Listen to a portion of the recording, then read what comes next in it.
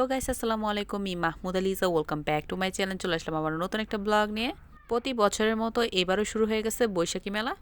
প্রতি বছর যাবো যাবো করে আর যাওয়া হয় না, বাট এবছর হচ্ছে আমি যাব, তাই হচ্ছে রেডি হয়ে বাসা থেকে বের হয়ে গেলাম।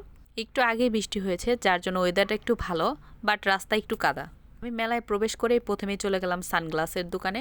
আর এখানে হচ্ছে সানগ্লাস, ঘড়ি, আরও মাথার ব্যান্ড, চাবি রিং, অনেক কিছু ছিল। আমি হচ্ছে সানগ্লাস কিনবো, যার জন্য সানগ্লাস পরে দেখছিলাম। এই সানগ্লাসটা একটু আনকমন লাগছে, দাম কিন্তু মাত্র 150 টাকায়। এই দোকানে আরও আর্টিফিশিয়াল ফুলের ব্যান্ড রয়েছিল মাথার, যেটা হচ্ছে বৈশাখী উপলক্ষে বসন্তে সাধারণত পরে শাড়ি টাড়ি পরলে ছবি তুললে ভালোই লাগে। এই দোকানের সব সানগ্লাসগুলোই আমার কাছে অনেক বেশি ভালো লাগছে। আমি যেহেতু চশমা পরি, তাই ভাবলাম যে গ্লাস নিয়ে হচ্ছে একটা চশমা নেওয়া যায় কিনা। দেখলাম এখানে গ্লাস লাগানোর কোনো সিস্টেম নাই। এখানে পরে আরও অন্য অন্য জিনিসপত্র ছিল পাশের দোকানে। আর চলে আসলাম আমি জুয়েলারি দোকানে। আর জুয়েলারি তো সবারই অনেক পছন্দ, আমার হচ্ছে অনেক বেশি পছন্দ জুয়েলারি। তারপরে দেখলাম রেশমি চুড়ি। রেশমি চুড়ির দাম হচ্ছে 40 টাকা 50 টাকার মধ্যেই। এখানে রেশমি কাচের চুড়ি ছাড়াও অন্য অন্য চুড়িও ছিল, কিন্তু এগুলোর দাম একটু বেশি বলছিল, যার জন্য আমি নেই। আর রেশমি চুড়ি সাধারণত বেশি ভালো লাগে। তারপরে হচ্ছে আমি পাশের একটা দোকানে চলে গেলাম। এখানে দেখলাম শাড়ি বিক্রি করতেছিল মাত্র 350 টাকায়। সুন্দর সুন্দর শাড়িগুলো পাওয়া যাচ্ছিল। আর এখানে দেখলাম যে আরও চুড়ির দোকান ছিল, চুড়িগুলো দেখতে বেশ ভালো লাগছিল। আমি সাধারণত মেলায় গেলে আগে সব এরিয়াটা ঘুরে দেখে নেই, তারপরে হচ্ছে কেনাকাটা করি। এখানে দেখলাম সম্পান নৌকাটা ছিল, চরকি ছিল, আর ট্রেন গাড়ি ছিল। এটা সাধারণত বেশিরভাগ জায়গায়ই থাকে। এখানে দেখলাম স্প্রিং পটেটো ফ্রাইটাও ছিল, এটা হচ্ছে আমি নিয়ে নিলাম। আর এই পটেটোর দাম ছিল মাত্র 30 টাকা। আমি ভেবেছিলাম এখানে সস হিসেবে মেয়োনিজ ব্যবহার করবে, বাট হচ্ছে টমেটো সস আর বিট লবণ দিয়েছে, আর কোনো কিছু দেয় নেই। এখানে চটপটি, ফুচকা, ঝালমুড়ি, আরও অন্যান্য অনেক আইটেম ছিল। এবার যেহেতু ঈদের পরপরই বৈশাখী মেলা পড়েছে, তাই আর কি বেশি একটা খাওয়া দাওয়া করতে ইচ্ছা করতেছিল না। তারপরে হচ্ছে আমি পটেটোটা খেয়ে আমি চলে গেলাম অন্য একটা দোকানে। এখানে দেখলাম বাচ্চাদের খেলনা ছিল, মাত্র 10 টাকা করে বিক্রি করতেছিল।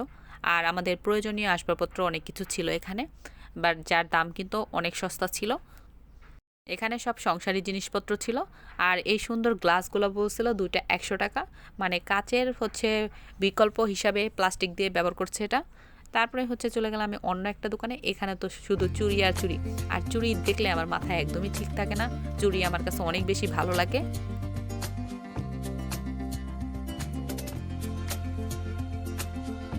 তারপর আমি চলে গেলাম ঝুমকা কেনার জন্য। আর এই ঝুমকাগুলো কিন্তু অনেক বেশি সুন্দর ছিল, আর এটার দাম ছিল মাত্র 150 টাকায়। আর এই জায়গার ঝুমকাগুলো 100 টাকা, 120 টাকা, 150 টাকা, 200 টাকা এর মধ্যেই ছিল। আর ঝুমকা আমার কাছে অনেক বেশি ভালো লাগে। কার কাছে ঝুমকা কেমন লাগে অবশ্যই কমেন্ট করে জানাবেন। আমার কাছে ঝুমকা অনেক বেশি ভালো লাগে। 3 আইটেমের 3টা ঝুমকা নিয়েছিলাম। তারপরে আমি গেলাম সিফটিপিন কেনার জন্য। এখানে আলাদা প্রকার সিফটিপিন, পিন, আরও অনেক কিছু ছিল। এখানে কাঁকড়া ব্যান্ড ছিল, ছোট ছোট পায়েল ছিল। এগুলা হচ্ছে সিফটিপিনগুলো বলছিল 30 টাকা, আর ব্যান্ডগুলো বলছিল 20 টাকা। এরপরে আমি চলে গেলাম খেলনার দোকানে। খেলনা যদিও আমি নিব না, জাস্ট একটু দেখার জন্য, আর কোনো কিছু নয়। এখানে হচ্ছে টেডি ছিল, আর টেডিগুলোর দাম বলছিল 120 টাকা করে, বড়গুলো 350 400 এরকম। এরপরে এখানে দেখলাম ডিনার সেট বিক্রি করতেছে।